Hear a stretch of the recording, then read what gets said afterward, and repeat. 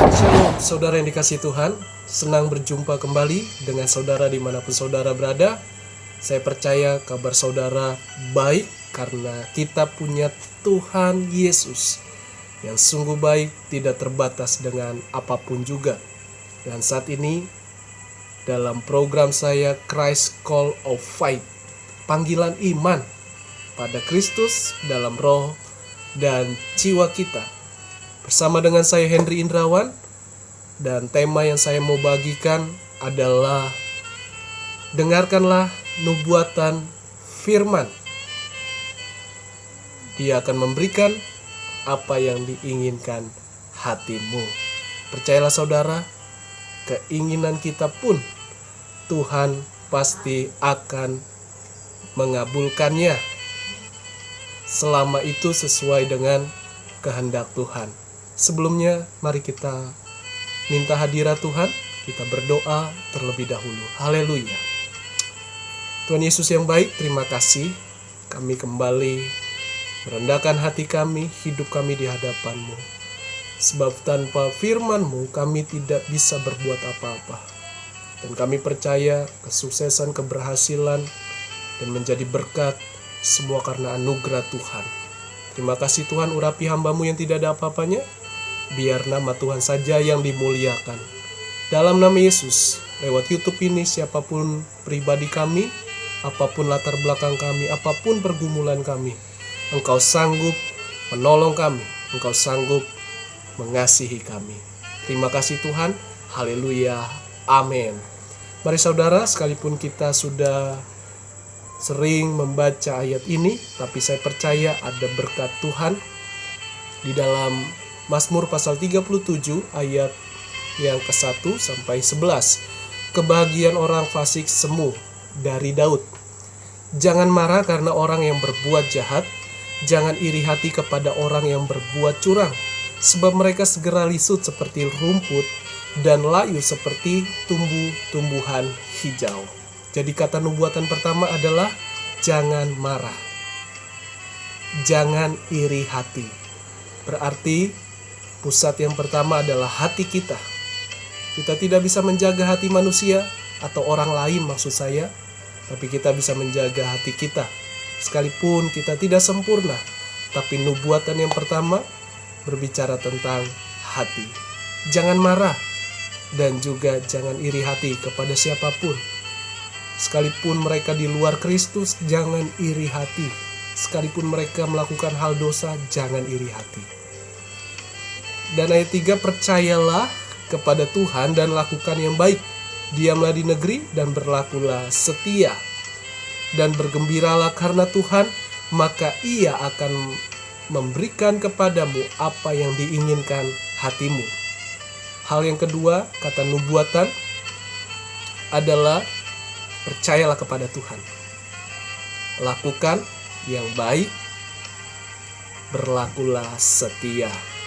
Jadi percaya di sini bukan hanya ungkapan yang keluar dari mulut atau perkataan kita, tetapi mempercayai Dia sekalipun kita belum ditolong atau kita tidak ditolong. Tapi percayalah, Tuhan kita menjadikan kita seperti biji matanya. Artinya kita dilindungi dalam keadaan apapun. Percayalah kepada Tuhan, diam di negeri, berlakulah setia. Hari-hari ini Tuhan rindu kita setia.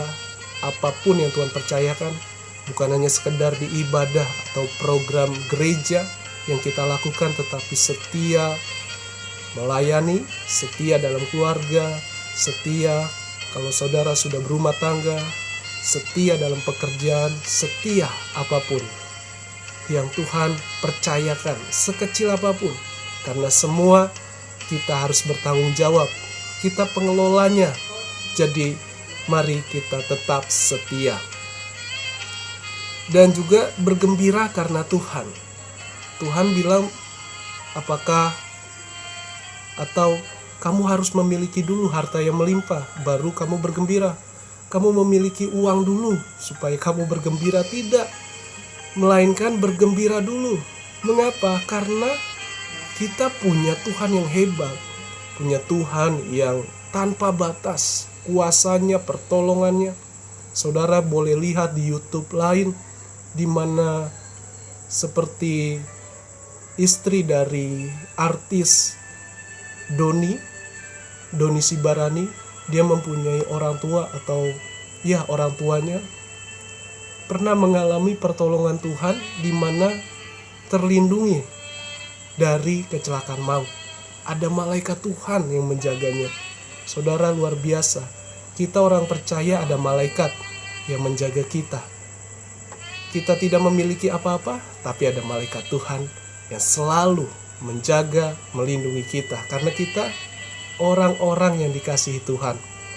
Dan dikatakan lagi yang keempat, maka ia akan memberikan kepadamu apa yang diinginkan hatimu. Tapi yang terpenting adalah hidup dulu bagi Kristus. Layani Tuhan dulu. Saya percaya apapun harga yang saudara harus bayar di hadapan Tuhan, Tuhan gak pernah berhutang. Tuhan gak pernah melupakan.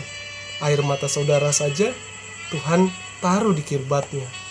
Tuhan tahu apa yang menjadi doa. Mungkin engkau tidak sanggup berkata-kata, Tuhan tahu. Tapi Tuhan melihat respon kita. Saya percaya apa yang diinginkan hati kita, Tuhan jauh sudah menyediakan semuanya yang terbaik. Bukan kitanya, dari Tuhannya yang terbaik. Bukan kitanya yang terbaik atau rancangan kita yang terbaik, tapi Tuhan yang terbaik selalu memberikan kepada kita yang dikasihinya.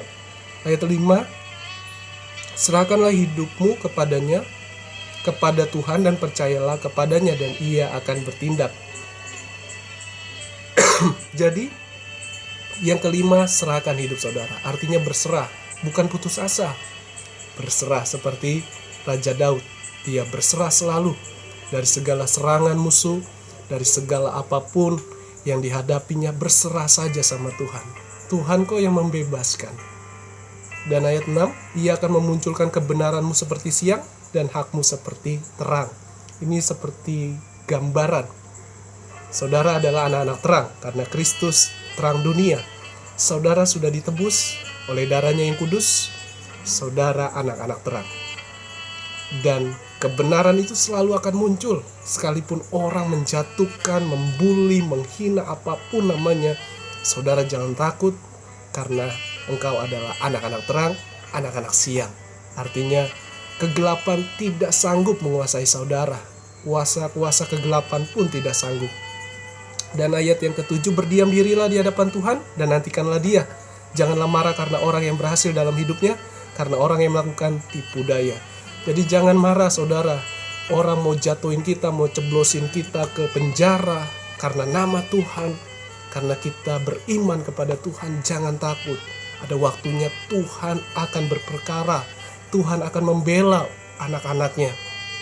Berdiam dirilah artinya kita tetap setia, bertanggung jawab dimanapun kita berada, dimanapun kita tinggal. Dan tetap nantikan Tuhan artinya selalu andalkan Tuhan, fokus kepada Tuhan. Berhentilah marah dan tinggalkan panas hati itu. Jangan marah, itu hanya membawa kejahatan. Mungkin memang secara manusia, kalau kita dibully atau dibenci orang, kita rasa kesal. Tapi jangan marah. Nubuatan itu jangan mudah marah. Karena manusia rentan dengan kemarahan. Tapi jangan mudah marah. Tuhan ajarkan kita. Kalau kita tidak sanggup untuk menahan emosi kita, ingat, minta kepada Roh Kudus yang meredam hati kita. Bukan kepada manusia, kepada Roh Kudus, Roh Allah itu sendiri. Ayat 9, sebab orang-orang yang berbuat jahat akan dilenyapkan. Lihat saudara, akan dilenyapkan. Yang membuli saudara, yang menghina saudara, yang menjatuhkan saudara dengan cara apapun, dengan model apapun, Tuhan membela saudara. Sekalipun saudara ada di dalam penjara karena nama Tuhan, bukan karena berdosa, tapi karena nama Tuhan. Kalau saudara berdosa, minta ampun kepada Tuhan, datang di kaki Tuhan, minta supaya kita dituntun, disucikan oleh Tuhan. Dan ayat yang ke-10 atau ayat 9, Sebab orang-orang yang berbuat jahat akan dilenyapkan, tetapi orang-orang yang menanti-nantikan Tuhan akan mewarisi negeri. Artinya ada waktunya Tuhan akan mempercayakan kita lebih lagi, naik level ke tingkat lebih tinggi. Kita akan dipercaya mewarisi negeri, diberikan kekuasaan karena kita hidup di dalam kebenaran, tuntunan Tuhan. Kita memang tidak sempurna, tetapi Roh Kudus yang menyempurnakan kita, sehingga kita dituntun di dalam kebenaran, dipercayakan hal-hal yang besar. Tapi setia dulu, dan juga jangan sombong kalau Tuhan mempercayakan hal yang besar bagi hidup saudara. Ayat 10, karena sedikit waktu lagi maka lenyaplah orang fasik. Jika engkau memperhatikan tempatnya, maka ia sudah tidak ada lagi. Orang fasik siapa? Orang yang bebal, orang yang keras kepala, orang yang tidak mau bertobat, tidak mempercayai Yesus adalah Tuhan, atau dia sudah tahu firman tapi dia tidak berubah, orang fasik. Dan dikatakan tidak ada tempat, maka ia sudah tidak ada lagi tempatnya. Jadi saudara, jangan cari pembelaan manusia, datang saja di kaki Tuhan. Saya pernah mengalami hal ini. Saya dituduh, dihakimi, tapi saya tidak mencari pembelaan manusia. Awalnya memang saya kesal karena saya sepertinya dituduh, dipojokkan. Tapi Tuhan yang membela saya, dan pada akhirnya yang menghina saya atau yang menuduh saya kena batunya, saudara. Dan ayat 11, tetapi orang-orang yang rendah hati akan mewarisi negeri dan bergembira karena kesejahteraan yang berlimpah-limpah. Haleluya. Nubuatan yang terakhir adalah rendah hati. Ayo saudara, rendah hati adalah keputusan yang utama. Tuhan dari sorga turun ke dunia ini menunjukkan kerendahan hati. Kita manusia yang dibuat dari tanah, sehebat apapun, selevel apapun, rendah hati. Itu saja yang saya bagikan. Tuhan Yesus memberkati kita semua. Jangan lupa like, komen, dan subscribe. Bagikan channel ini menjadi berkat bagi nama Tuhan. Tuhan Yesus memberkati kita. Shalom. God bless you. Bye.